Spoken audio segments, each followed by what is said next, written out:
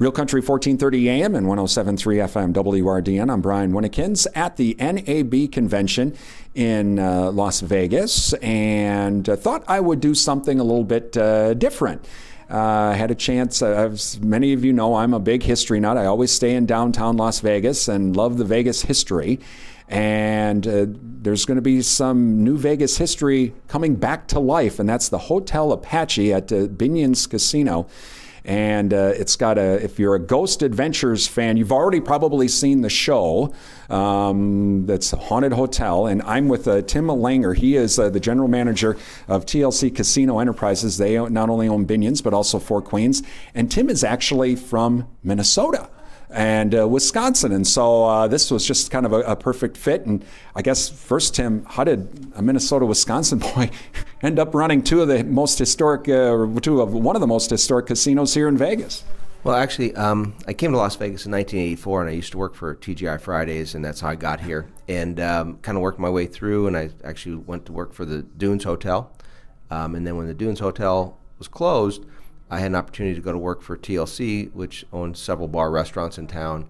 And then it evolved into the owner had those, and then he purchased the Four Queens in 2003, and then he purchased Binion's in 2008. And at that time, he made me the general manager of Binion's, and a few years ago, he made me the general manager of Four Queens as well. So let's talk about the big change coming up, and that's with the Hotel Apache. This was a hotel that was built in the 30s, and Binion's, actually the Horseshoe, started off as really just a small casino and kind of just grew along the way over the years. Yeah, so actually the original building was built in 1932 and opened as the Apache Hotel, and then it kind of evolved over the years. The Horseshoe actually started in 1951, so they purchased it. It was the Horseshoe through the 50s. It became the Joe W. Brown Horseshoe for a small period. In the early 60s, it became Binion's Horseshoe. And then over the years, they start buying up small properties that were next to them.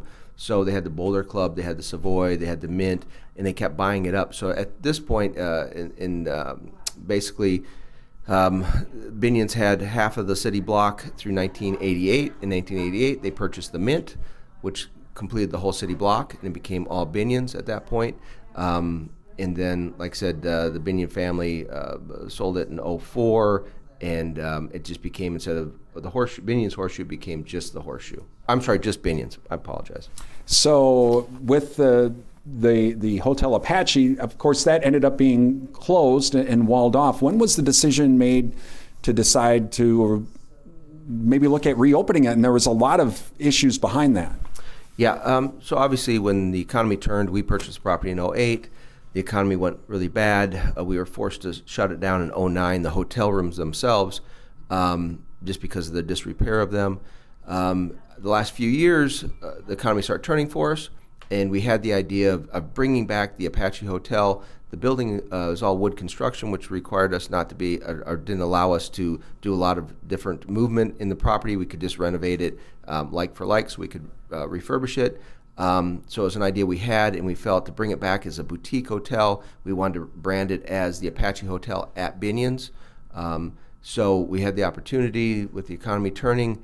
We were able to get the funding so that we could kind of renovate everything, and we plan on reopening it this summer. And it'll be opening up in August. August 14th will be a soft open now. For those that may not know, the Apache has a pretty incredible and interesting history over the years. Yeah, and obviously, I mean, it's been through a lot of things over the years, and what we've experienced is a lot of our employees have experienced a lot of things that have happened up in the Apache area with spirits and with different things we really can't explain. So when we decided to reopen it, we really felt, the owner felt that there's a ton of history here. The Apache Hotel was the very first air-conditioned hotel in Las Vegas. It has the very first electronically controlled elevator that was in Las Vegas. And the property, as it evolved into the Horseshoe and Binion's Horseshoe, was the first casino that had carpeting, the first casino that had chairs sitting at their slot machines, the first casino that offered free complimentary drinks to the average player. Benny Binion was the first one that sent limousines to pick up his players at the airport. So we have a lot of history here that we want to share with people, on top of the haunted type stuff that does happen. So have you experienced any of this? Absolutely, absolutely. I've had experiences, and actually, right now in the office, we're doing an interview in this office. We've had experiences that have happened. It just happened recently, where my assistant, whose office is right outside here, came in, and she's sitting in her office. She hears papers ruffling in my office. Comes in, thinks I'm here. I'm not here. Sits back down. Papers ruffle even louder, and she goes back, comes, looks. I'm not there. Goes out, and there's engineering doing some work in the ceiling. She's like, "Are you above Tim's office?" "No, I'm not." Then comes back in, ruffling even louder. And we have one person that works for us. It's kind of a medium type person that kind of sees this kind of stuff. I told Michelle, I said, "Well, just get her over here and let's just see if she sees anything or feels anything." She comes over. She says, "Hey, there's a spirit. He's sitting in the chair over here. He's sitting there smiling." So we've had things that happen here, and you can't explain them, but they're here. So with the new Hotel Apache at Binion's, when it opens up here in August, what, for those that will be wanting to come here and stay here, you mentioned it's a boutique hotel. So what will they experience when they get into the rooms, and that is it going to be going back in time, or what will they experience? Well, what we're doing is we are bringing it back in time. So when you go into the rooms, they'll all have hardwood floors, stained glass windows, lace curtains. We have the old style phones that you would have seen in the 30s. All the pictures and artwork will be from the 30s, so it kind of tells the story of the property.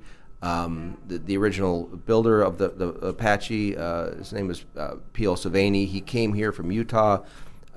He came specifically for the Hoover Dam, is what he came, and then he realized when he got here the heat and that nobody had air conditioning, and he decided that he was going to open this hotel and have air conditioning. So you're gonna get that experience. We're also we'll have ghost tours that we'll be doing at different times. So we'll have that when it gets time. You'll be able to look on our website and see when you can book a ghost tour to go through and see a historic ghost tour. We're looking at doing seances. We're doing different things that kind of tell you some of the story of what happened here, but I'll also have a little fun. It's going to be, again, opening up in August. And if you want to find out more, you can just go to binions.com and find out more. Again, the Hotel Apache at Binion's will be reopening here coming up in August. And if you're a history not like me, it's something you definitely want to check out.